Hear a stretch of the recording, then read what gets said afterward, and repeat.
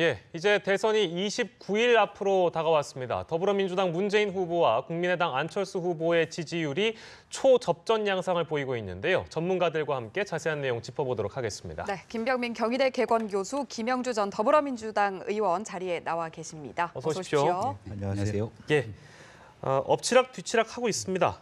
문재인 후보, 안철수 후보 양강 구도가 더욱더 뚜렷해지고 있는 상황인 것 같은데요.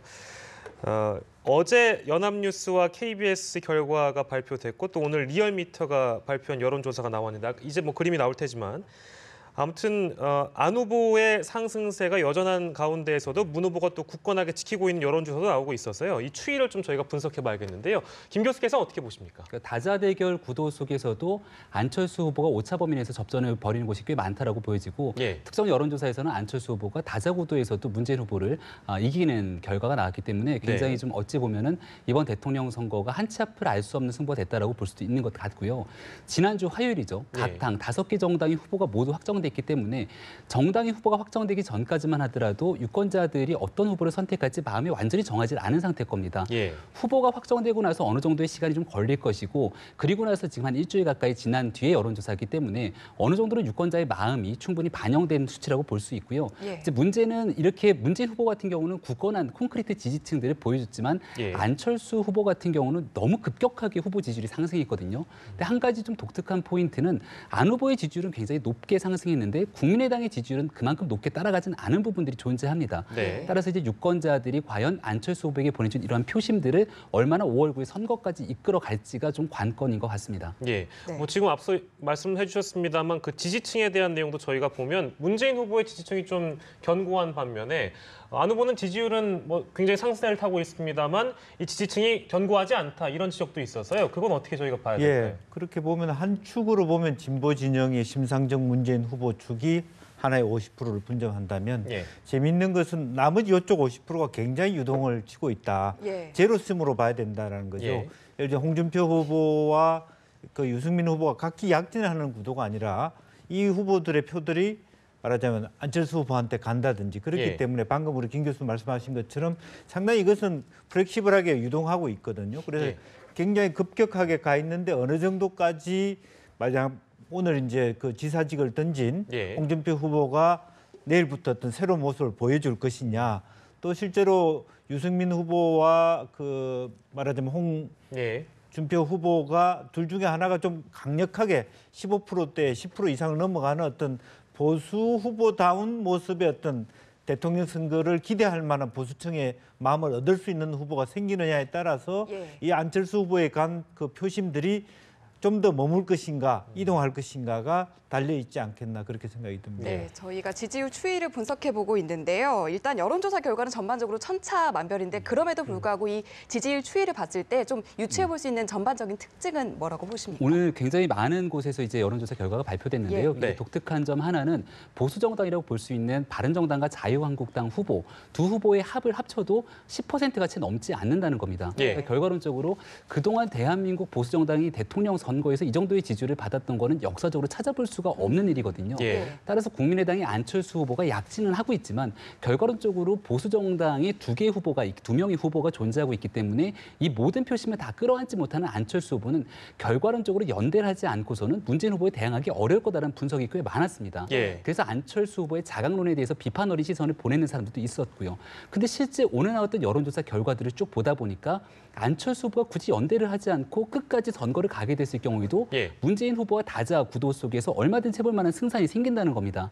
이제 여기에서 굉장히 그 중요한 지점은 과연 보수 유권자들이 지금은 전략적 선택으로 안철수 후보를 몰아주게 된 것인데 선거 기간이 아직 한 30여일 정도 남은 상황 속에서 예. 안철수 후보가 정말 어느 정도까지 보수 유권자의 표심을 잡아낼 수 있을 것인가 여기에 관건이 달렸다고 볼 수 있는데 예. 끝까지 보수 유권자들의 표심을 흔들기 시작하면서 안철수 후보가 지금 같은 상황으로 많은 유권자들이 다가설 수 있다라면은 꽤 승산 가능성이 높은 거고요. 예. 근데 이제 그 전통적인 국민의당이 결과론적으로 지역에는 호남에 많은 그 정서에 기대고 있기 때문에 예. 만약에 보수 유권자들의 마음을 다잡는 데 좀 실패를 한다라면은 결국 더불어민주당이 문재인 후보에게 유리한 측면이 생기지 않을까 싶습니다. 네, 앞으로 발표되는 여론조사에서는 어떤 움직임을 보일지 궁금한데 교수님께서는 어떻게 보셨습니까? 실제로 보면은 이제 아마 다음 주까지의 여론 형성이 굉장히 중요한데요.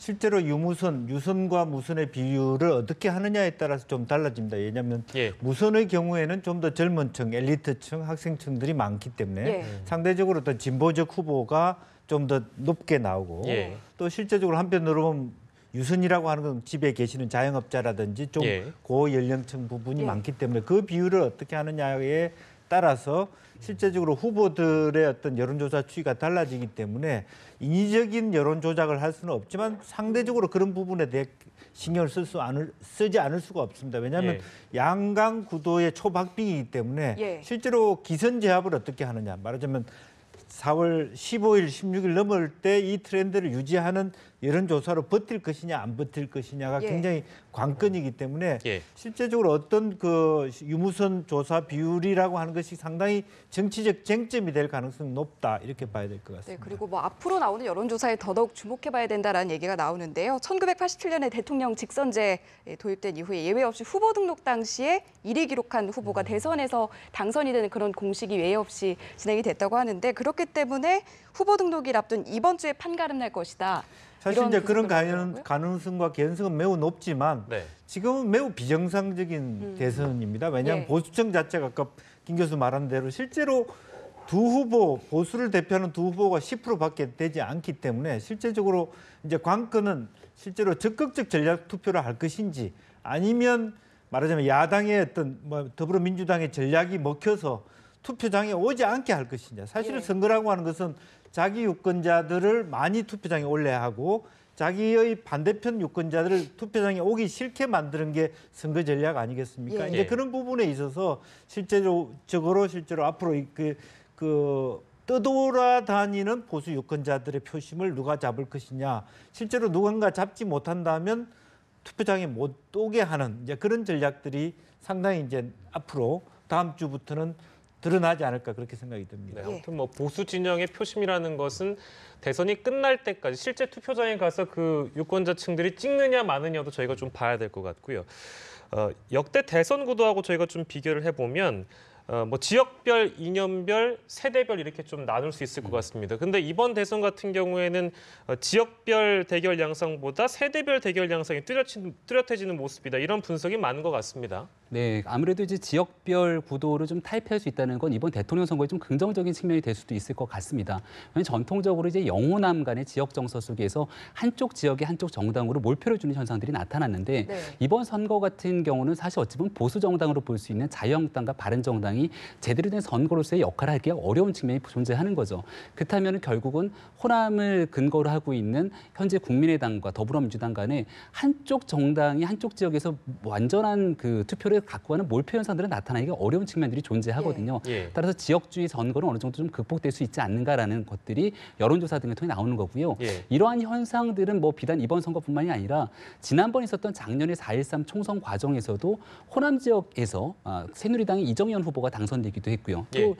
또 대구 지역에서는 결국 김부겸 후보, 더불어민주당의 후보가 당선되는 과정들을 거치면서 이 지역주의 선거에 대한 균열이 조금씩 나타나기 시작을 한 겁니다. 그게 이번 대통령 선거에 좀 긍정적인 영향을 미칠 거라고 보여지는 거고요. 다만 좀 아쉽고 안타까운 일 중에 하나는 지난번 있었던 촛불 집회와 태극기 집회로 극명하게 갈라져 버린 이제 세대별 선거와 정치를 바라보는 그 갈등 구조들이 조금 더 선거에 격화돼 나타난 게 아닌가라는 생각이 드는데 예. 그러한 세대별 투표의 갈등들을 극복하기 위해서 사실은 문재인 후보와 안철수 후보가 더 정책적이고 그리고 예. 미래를 바라보는 가치지향적인 선거를 할 필요가 있다 이렇게 보여지기도 합니다. 예. 네, 앞서서 김 교수님께서 얘기를 해주셨는데 몰표 관행이 이번에는 좀 깨질 것이다라고 예측을 해주셨는데 의원님께서는 어떻게 보십니까? 실제로 이제 대구 경북 지역은 또 PK하고 또 갈라져서 예. PK가 다소 문재인 후보 쪽의 지향성이 더 많아짐으로써 전통적인 영남의 어떤 단일한 모습이 이미 무너져 있다라고 하는 것이고 반면에 호남 지역은 국민의당과 더불어민주당이 지난번 이제 각각 경선에서 보여준 것처럼 두 후보 다 밀어주는 예. 네. 이기는 편 우리 편 누가 이겨도 우리 편이다라는 이제 논리들이 있는데 그럼에도 불구하고 실제로 막바지에 가서 어느 정당에 누구를 지지할 것인가는 한 번의 고비는 있을 것 같습니다. 다만 지금 현재 컨트롤 타워가 없기 때문에 옛날에 김대중 대통령이라든지 김영삼 대표님 그런 어떤 정신적 지주가 없는 상태에서 과연 그것을 누가 할 수 있는가 하고 싶어도 예. 이제 못하는 경우도 생길 수 있기 때문에 아마 그런 것은 실제로 몰표라기보다는 어떤 자연적 흐름 속에 이번 그 대선은 진행될 가능성이 높지 않겠나 그런 생각이 특히 듭니다. TK 지역 같은 경우는 그러면 어떤 양상을 보일 걸로 예상을 하십니까? 실제로 TK 지역에서는 이제 특히 이제 젊은 층들은 예. 다소 진보를 택하는 그런 경향도 나타날 수 있을 것 같고요. 실제적으로 보면 이제 대체로 아마 그 여론조사에서 확연하게 드러나는 것은 안철수 후보의 지지가 엄청나게 높다. 그럼에도 불구하고 또 재밌는 현상은 예. 안철수 후보가 40%, 예를 들면 문재인 후보가 25%, 예를 들면 하나의 조사입니다만은 유승민, 홍준표 후보가 문재인 후보를 이기지 못하고 있다는 거죠. 네. 두 후보를 합쳐도. 그게 아주 특이한 현상이라고 봐야 될 것 같습니다. 네. 문재인, 안철수 후보의 양강 구도로 현재까지 진행되고 있으면서 뭐 신경전도 캠프 간에 좀 가열되고 있는 분위기인 것 같습니다. 문재인 후보의 아들 그리고 안 후보의 딸 의혹과 관련해서 검증 공방이 거세지고 있는데 제가 궁금한 것은 이게 언제까지 과연 지속될까요? 굉장히 지금 적지 않은 기간 동안 진행돼 왔기 네. 때문에 아마 공식 선거운동 기간 들어가면 더 심해질 것 같거든요. 그렇죠. 이게 아무래도 더불어민주당의 문재인 후보 측에서는 좀 억울하다는 입장인 것 같습니다. 예. 왜냐하면 굉장히 오랜 기간 동안 1위 후보를 유지해왔기 때문에 그동안 이 대세를 형성하더라고 하는 문재인 후보에 대한 검증은 굉장히 날카롭고 오랜 기간 지속돼 왔는데 예. 안철수 후보가 대세론을 신대세론을 형성하면서 이 양강 구도로 떠오르기 시작된 건 얼마 되지 않았거든요. 예. 근데 떠오르자마자 사실은 선거가 이제 한 달도 채 남지 않았기 때문에 네거티브 공방보다는 정책 선거로 가는 게 굉장히 올바르고 합리적인 방향으로 보입니다. 예. 다만 문재인 후보 측 입장에서는 왜 우리만 실컷 그렇게 때려놓고 안철수 후보에 대한 검증은 이렇게 미약하게 하느냐라고 또 얘기를 할 수 있기 때문에 예. 각 후보와 캠프 진영에서는 이게 이제 네거티브와 검증은 종이 한 장 차이긴 하지만 분명히 유권자들이 바라볼 때 느끼는 측면이 있거든요. 이게 이제 말 그대로 상대방을 흠집내기 위한 네거티브가 아니라 얼마든지 합리적인 의혹을 통해서 제기될 수 있는 부분에 대해서는 캠프 내의 팀을 가지고 명확하게 해명할 필요는 있는 것 같아요. 다만 이것만 가지고 선거를 치르면 안 되고요. 선거에서 네거티브 의혹에 대한 검증은 당연히 진행돼야 되는 거지만 병행해서 정책 선거를 통해서 유권자들이 궁금해하는 이번 대통령 후보로 당선된 사람이 과연 어떤 대한민국을 이끌어 나갈 것인가에 대해서 조금 더 집중할 필요는 반드시 존재하는 거겠죠. 예. 네, 이렇게 공박을 주고받는 과정에서 여러 신조어가 나오고 있는데 예를 들면 매일 아침 문재인 더불어민주당 후보를 비판하는 걸로 하루를 시작한다는 걸 꼬집는 말 문모닝 그리고 거꾸로 안모닝 이런 신조어들도 등장하고 있는데 이런 신조어로 각종 공방전이 펼쳐지는 걸 두고 뭐 공세 이런 판세를 역전시킬 수 있는 그런 한방이 될 수도 있겠지만 거꾸로 역효과를 불러올 수도 있다. 이런 다양한 분석들이 있거든요. 그렇습니다. 실제적으로 이제 그것은 이제 지지자들 간의 세대결인데 실제로 보면은 안철수 후보가 막 가파른 어떤 상승세를 하고 있습니다만 조심해야 될 것이 문재인 후보는 나름대로 많은 공격에도 견뎌낼 수 있는 콘크리트 지지층이 있단 말이죠. 근데 여전히 안철수 후보가 지금 이기는 그 여론조사 결과가 있다 하더라도 똑같이 둘 다 양쪽의 어떤 그런 부정적인 네거티브 공방했을 때 누가 더 이로울 것인가라고 하는 것은 계산하기 쉽지 않습니다. 예. 안철수 후보의 지지층의 로열티가 약하기 때문에 자칫 잘못하다가는 초기에 물론 문재인 후보의 아들의 문제가 굉장히 심각한 어떤 공방의 문제인 것처럼 보이지만 실제로 선거라고 하는 것은 양쪽 캠프 간에 치열한 수싸움이 있고 네. 서로 강약점이 다 있기 마련이기 때문에 진위를 떠나서 짧은 대선 기간 동안에 오히려 안철수 후보 쪽에 빨리 이것을 정책 프레임으로 가져가는 것이 저는 더 이롭지 않을까 그런 생각이 듭니다. 네, 여러 가지 뭐 준말 전쟁들이 있는데요. 언급이 되지 않은 건 제가 읽어드리겠습니다. 홍찍무는 홍준표를 찍으면 문재인이 된다라고 하고요. 저는 이거 오늘 사실 처음 봤는데 홍찍홍은 홍준표를 찍으면 홍준표가 된다. 뭐 이런 준말이라고 하는데요. 뭐 홍준표 후보가 하신 말씀이죠. 왜 홍준표를 찍는데 문재인이 되냐, 홍준표가 되지 이렇게 말씀하신 반대 거고요. 성격에서 나온 얘기군요. 네. 예, 홍찍홍까지 알아봤는데 저희가 뭐 안철수 후보, 문재인 후보 얘기는 많이 해도 안찍박도 있잖아요. 안찍박은 뭡니까? 안철수 찍으면 그 박지원 의원이 상황이다. 상황이 된다. 예. 예, 예. 서로를 이제 뭐 비난하는 약점들 차원에서. 좀 약간 네. 비아냥거리는 예, 이제 그런 이제 신조어죠. 뭐 이런 것도 예. 유권자들이 보기에는 또 하나의 재미일 수도 있으니까요. 네. 저희가 언급을 해드렸습니다. 안 후보, 문 후보 얘기는 많이 했습니다만 그동안 뭐 아무래도 홍 후보께서 뭐 미디어를 이렇게 보신다면 서운한 측면이 없지 않아 있었을 텐데 아마 본격적으로 지금 오늘부터 이제 지사직을 사퇴를 하셨으니까요. 오늘부터 아마 얘기가 많이 나올 것 같습니다. 근데 이게 이제 그 심야에 사퇴한 거 그리고 보궐선거 무산에 대한 비난 이걸 지금 받고 있는데 이거는 우리 김 교수께서 어떻게 보시는지 한번 들어보고 싶습니다. 여기 대해서 뭐 여러 가지 평가 측면이 있겠습니다만 홍준표 후보는 이렇게 얘기를 하고 있죠. 막대한 보궐선거 비용을 줄이기 위해서 내가 네. 이렇게 사퇴를 한 거지 꼼수 사퇴는 아니다라고 얘기를 하고 있습니다. 다만 이제 지방선거가 내년 6월이기 때문에 예. 앞으로도 1년이 넘는 기간을 사실 경상남도 같은 경우는 도지사가 없는 권한대행 상태로 지내야 된다는 문제가 생깁니다. 예. 그러니까 유권자들 입장에서는 얼마든지 이 지방자치제에서 내가 원하는 사람을 투표로 선출해 갖고서는 그 지방자치의 문제를 해결하기 위해 맡길 수 있는 그런 부분이 당연히 존재해야 되는 거고요. 후보자들 입장에서는 나의 참정권을 박탈당했다라고 생각될 수도 있는 겁니다. 예. 물론 법에는 나와 있는 내용들을 그대로 위법한 행동은 아니기 때문에 그 법의 허점을 이용해서 홍준표 후보의 결정이라고는 얘기를 하겠으나 저는 네. 뭐 전체적으로 법의 취지에는 좀 반하는 행동을 한 게 아닌가라는 생각이 들고요. 예. 아마 그렇기 때문에 오늘 홍준표 후보가 지사직을 사퇴하고 나가는 길에 이제 뭐 소금 세례를 뿌리는 일부의 사람들까지도 연출됐던 것도 사실인 것 같습니다. 근데 뭐 네. 어찌 됐든 결과론적으로 보궐선거를 없는 거로 결정이 났기 때문에 홍준표 후보 입장에서도 이와 같은 상황 때문에 귀중한 일주일을 허비했다고도 볼 수 있거든요. 지난 일주일의 여론조사 결과 홍준표 후보야말로 굉장히 그 나름대로 보수 정당에선 유의미한 지지율을 담보하고 있다가 네. 지금은 거의 사실 존재감이 희미할 정도 지지율이 추락하기 시작했거든요. 예. 그 결정적인 계기도 선거에서 정당이 후보로 선출이 됐음에도 불구하고 이 선거법에 묶여서 얘기하지 못하게 되는 그러니까 그렇습니다. 사람들이 얘기하는 꼼수 사태 때문에 그런 게 아니냐라는 얘기도 나오는데 네. 이제부터 홍준표 후보가 과연 얼마만큼 본인의 강점이라고 불리울 수 있는 이런 언어의 활용 능력을 활용해서 예. 진짜 보수 유권자들의 마음을 다시 되잡을 수 있는지는 지켜볼 필요 있는 것 같습니다. 뭐 지켜볼 필요가 있다라고 얘기를 해주셨는데 그렇다면 보수 유권자의 표심을 돌릴 수 있을지 특히 안철수 후보에게로 향한 그 지지층의 표심을 다시 끌고 올 수 있을지 이 부분에 관심이 쏠리고 있는데 어떻게 보십니까? 사실 뭐 안철수 후보를 이렇게 비판하고 예컨대 오늘도 뭐 민주당 이중대, 뭐 호남 이중대 이렇게 얘기를 하는 것은 예. 뭐 1년 어떤 그 보수표를 돌릴 수 있는 환기가 되지만 다른 한편으로 보면 이건 그 홍준표 후보의 가장 큰 약점인 비호감층이 너무 크다는 거죠. 예. 호감층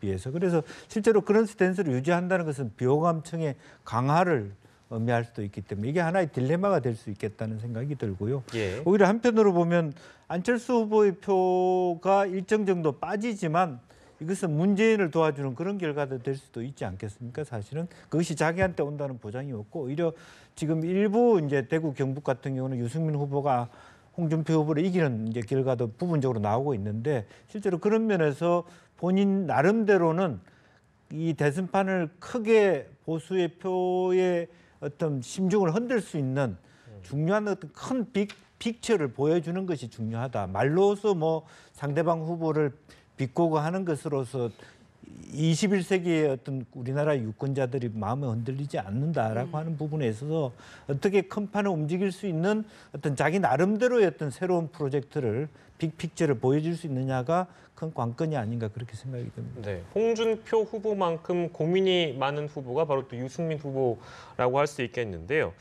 뭐 일부 여론조사에서는 정의당의 심상정 후보보다 지지율이 낮았다고 일단 알려지고 있고요. 지금 지금 리얼미터 조사에서 그렇게 나왔네요. 심상정 후보가 3.3이고 유승민 후보가 2.3이고 연합과 KBS가 공동으로 조사한 데에서도 심상정 후보보다 낮게 나와서 이게 뭐 이제 조건부 단일화 얘기도 나왔었고 뭐 연대 얘기는 저희가 조금 이따 하겠습니다만 홍준표 후보만큼 고민이 많은 유승민 후보는 그럼 어떻게 앞으로 이제 헤쳐나가야 되겠습니까? 가장 뭐 고민이 많을 거라고 볼 수 있을 것 예. 같은데요. 전략적인 선택이 좀 필요하지 않나라는 생각도 듭니다. 그 전략적 선택지는 딱 두 가지가 남아있죠. 하나는 자유한국당과의 후보 단일화를 통해서 다시 보수 재건을 꾀하는 겁니다. 근데 예. 여기에는 여러 가지 넘어야 될 벽들이 존재하는데 그 바른정당 유승민 후보와 정당이 요구하고 있는 친박에 대한 인적 청산 그리고 박근혜 전 대통령의 탈당 뭐 여러 가지 넘어야 될 선들이 많기 때문에 과연 예. 이러한 조건을 자유한국당이 받아들일지가 과연 대통령 선거가 얼마 남지 않은 상황에서 좀 어려움이 커 보인다라고 얘기를 드릴 수 있고요. 예. 또 만약 그렇게 단일화를 해서 합당까지 과정을 이른다 한들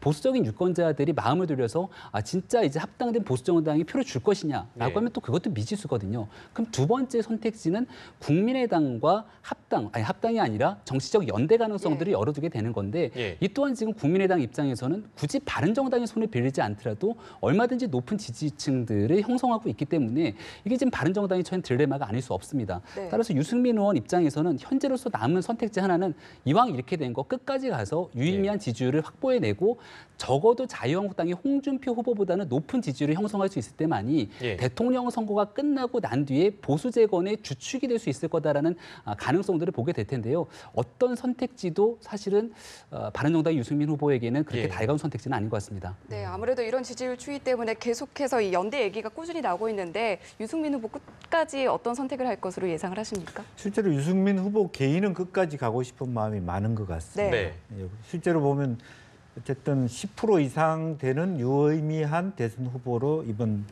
그 대선판에서 남고 싶다라고 하는 것이고 그것이 이루고 난 다음에 연대를 해도 하겠다는 마음의 목표가 있는 것처럼 보여집니다. 실제적으로 당에서는 사실은 유승민 후보하고 좀 다른 생각을 많이 하는 것 같아요. 네. 실제로 국민의당과의 어떤 그 연대라든지 예. 연합정부 이런 부분도 있고 왜냐하면 지금 자유한국당에서 너무 거칠게 정우택 원내대표도 조용히 들어와라 이렇게 굉장히 다른 바른정당에 그 계시는 분들의 자존심을 굉장히 상하는 그런 방식으로 구애를 하고 있거든요. 굉장히 그런 부분에 있어서 가고 싶어도 못 가는 예. 버티게 되는 그런 과정이 있는데 예. 뭐 다 아시다시피 이제 정말 대선에 말하자면 들어가는 돈 엄청나지 않습니까? 네. 이제 그런 부분이 있기 때문에 물론 이제 국고 보조금을 받을 수 있기 때문에 4, 50억 받을 수 있기 때문에 네. 일단 4월 15일, 16일 후보 등록을 하고 4월 말 정도 추이 정도 해서 한 번쯤 당내에서 의견을 만들어가는 다만 그 4월까지의 기간 동안에 유승민 후보 개인의 목표는 10% 선까지 즉 말하자면 홍준표 후보의 표까지를 더 넘어서는 그것을 목표로 해서 열심히 뛰지 않을까 그런 생각이 듭니다. 네, 저희가 뭐 단일화와 연대까지 이야기를 나눠봤고요. 뭐 이제 구도가 또 어떻게 변화하느냐에 따라서 표심도 또 바뀔 수 있을 것 같습니다. 저희가 두 분 모시고 얘기 나눠봤습니다. 김병민 경희대 개공교수, 김영주 전 더불어민주당 의원 함께했습니다. 두 분 고맙습니다. 고맙습니다.